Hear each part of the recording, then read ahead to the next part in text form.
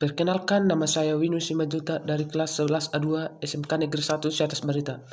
Pada kesempatan ini saya akan menyampaikan kata-kata motivasi dan penghibur buat teman-teman, saudari-saudari yang terkena virus corona atau COVID-19. Di mana kata-kata penghibur ini saya ambil dari ayat-ayat Alkitab. Pertama saya ambil dari kitab Nahum 1 ayat 7-8. Beginilah bunyi firman-Nya. Tuhan itu baik. Ia adalah tempat pengungsian pada waktu kesusahan. Ia mengenal orang-orang yang berlindung kepadanya dan menyeberangkan mereka pada waktu banjir.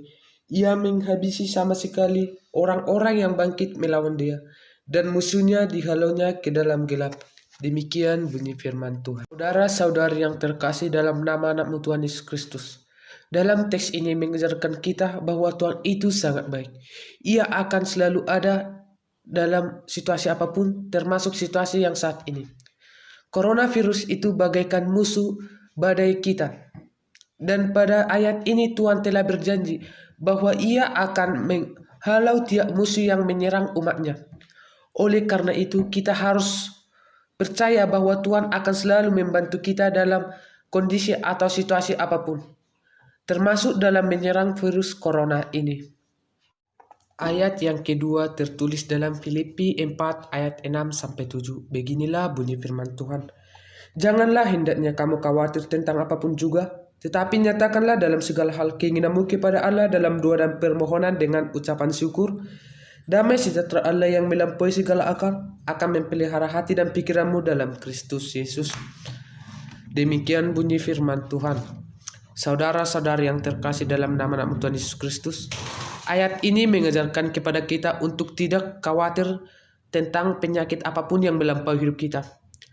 Kita harus berserah kepada Tuhan yang Maha Pengasih melalui doa, ucapan syukur, agar hati kita dapat tenang dan damai dalam melampaui situasi ini. Intinya mulai hari ini kita tetap kuat dan jangan khawatir, percayalah Tuhan itu selalu menyertai kita. Ayat yang ketiga saya ambil dalam Yesaya 41 ayat 10. Beginilah bunyi firman Tuhan. Janganlah takut sebab aku menyertai engkau. Janganlah bimbang sebab aku ini Allahmu. Aku akan meneguhkan bahkan akan menolong engkau. Aku akan memegang engkau dengan tangan kananku yang membawa kemenangan. Demikian bunyi firman Tuhan. Saudara-saudara yang terkasih dalam nama Tuhan Yesus Kristus, dalam ayat ini kita harus tahu bahwa Tuhan itu adalah Allah yang besar. Oleh karena itu kita tidak perlu khawatir dan cemas. Kita harus percaya bahwa Tuhan akan menyertai dan menyembuhkan segala penyakit yang kita derita. Percayalah Tuhan itu Maha Pengasih. Ayat yang keempat tertulis dalam Roma 8 ayat 28. Beginilah bunyi firman Tuhan. Kita tahu sekarang bahwa Allah turut bekerja dalam segala sesuatu untuk mendatangkan kebaikan bagi mereka yang mengasihi Dia, yaitu bagi mereka yang terpanggil sesuai dengan rencana Allah. Demikian bunyi firman Tuhan. Saudara-saudara yang terkasih dalam nama anak-Mu Tuhan Yesus Kristus, kita harus tahu bahwa yang terjadi di dunia ini terjadi atas kehendak Tuhan. Dan juga kita harus tahu bahwa Tuhan tidak memberikan pencobaan melalui batas kemampuan umat-Nya. Tuhan akan memberikan kesembuhan pada setiap orang, pada setiap umat yang percaya kepadanya. Dan yakinlah bahwa rencana Tuhan, rencana yang terbaik dalam hidup kita. Hidup memang tidak mudah, namun selama engkau tidak menyerah, setiap air matamu akan Tuhan ganti dengan tarian kemenangan. Jangan menyerah pada hal-hal yang sudah Tuhan tempatkan dalam hidupmu.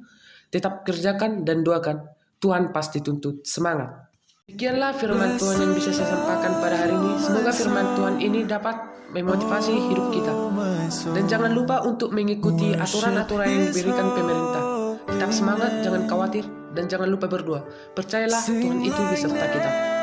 Shalom. Oh my soul, worship His holy name. Sing like never before.